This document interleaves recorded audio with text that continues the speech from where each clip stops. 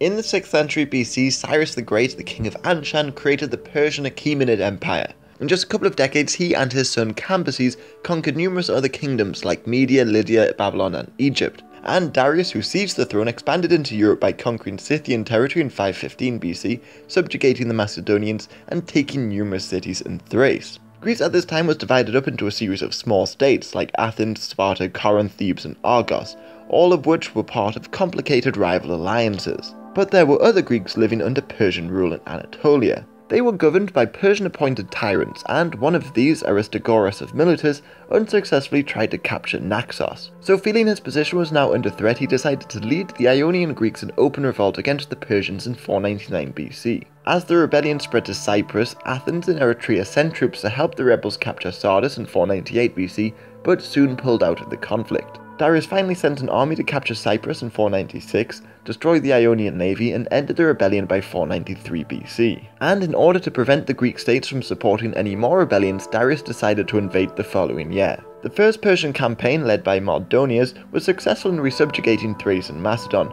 but a storm prevented reinforcements arriving. This gave Greek states like Athens and Sparta time to form an anti-Persian alliance. The Persians invaded just a year later, and the large fleet transported troops first to take Naxos, then Eretria, and then landed on the mainland at Marathon. An Athenian messenger, Pheidippides, was sent to Sparta to get help, but the Spartans were celebrating a religious festival, so they refused. Nevertheless, the Athenians met the Persians, but a stalemate ensued. So the Persians decided to pull back and reach Athens by sea, but the Greeks attacked the Persian foot soldiers that remained on land and won the Battle of Marathon.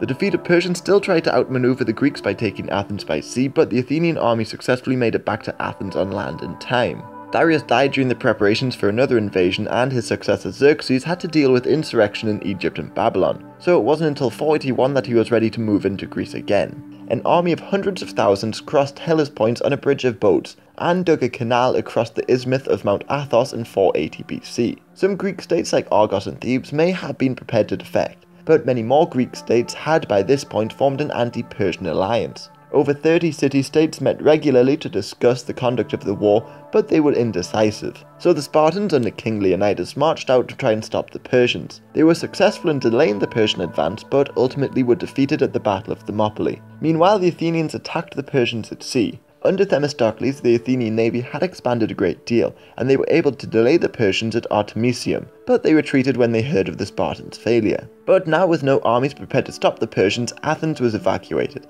and in September 480 BC, the Persians took it. The Greeks pulled back to the isthmus of Corinth, which was defended by the Peloponnesians, and sent their fleets to attack the Persians once again. This time the Athenian navy crushed the Persians at the Battle of Salamis in September, sinking around 200 of their ships and forcing the Persians to retreat because they couldn't resupply their troops. But the Greeks under the Spartan Pausanias pursued the Persians, defeated them at Plataea, and continued to advance. Athens took the city of Sestos in 478 BC, while the Spartans temporarily took Byzantium and raided Cyprus. The Spartans, however, decided to make peace with the Persians, while their general Pausanias was alleged of conspiring with the Persians. So Aristides of Athens helped create the Delian League, which was anti-Spartan and continued in the war against Persia. Together they expanded into Thrace and neighbouring islands after Cimon, the hero of Salamis, crushed the Persian navy again at Eurymedon in 467 BC. In Persia, Xerxes was assassinated in 465 BC, and domestic instability prevented them from effectively fighting the Greeks. For instance, the Egyptians revolted in 460 BC, and the Delian League sent troops to aid them.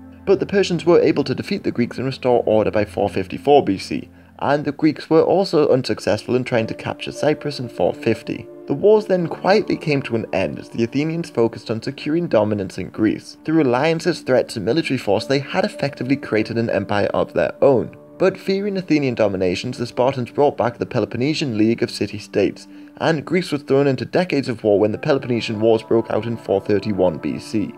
And although the Persians would try to invade Greece again, they remained a powerful nation until they were conquered a century later by Alexander the Great.